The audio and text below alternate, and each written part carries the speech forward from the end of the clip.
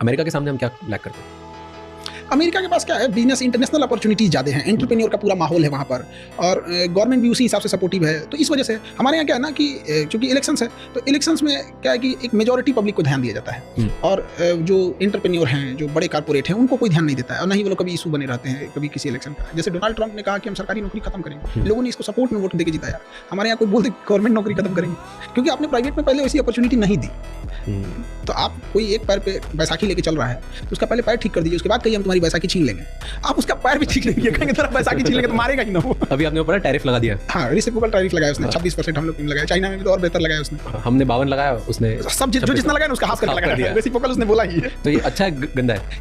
ये उसके देश के हिसाब से है, हर देश को अपना हिसाब से राइट है करने का। तो जब टैरिफ बढ़ाते घटाते हैं तो कभी इंपोर्ट पे फायदा होता है, तो एक्सपोर्ट पे तो डिपेंड करता है कि हम कितनी चीज़ों का इंपोर्ट एक्सपोर्ट कर रहे होते हैं। और इंडिया का है तो इंडिया में भी भाई हर देश के साथ अलग अलग टैरिफ है। इंडिया को तो चाइना पे और लगाना चाहिए, हम लोग का ट्रेड बैलेंस बहुत खराब है चाइना के से, बहुत डूब रहे हैं हम लोग यहाँ पे। तो वही तो कहते हैं कि दुश्मनी कर कहाँ रहे हैं हम लोग चाइना से, नहीं कर पा रहे, मजबूरी है। क्योंकि अगर आज कौन सा घर है जहाँ चाइनीज सामान नहीं है, तो बहुत बिजनेसेस है इंडिया में जो चाइना की वजह से चल रहे हैं और यहाँ पैसे कमा रहे हैं। बिल्कुल। तो चाइना से जो चीज़ें चाइना में मिलती है ना, एग्जैक्ट वही चीज़ें वियतनाम में भी मिलती है, एग्जैक्ट सेम प्राइस पे, सब कुछ सेम पे। हमको ये नहीं समझ में आता है कि इंडिया वियतनाम से प्रीफर करे।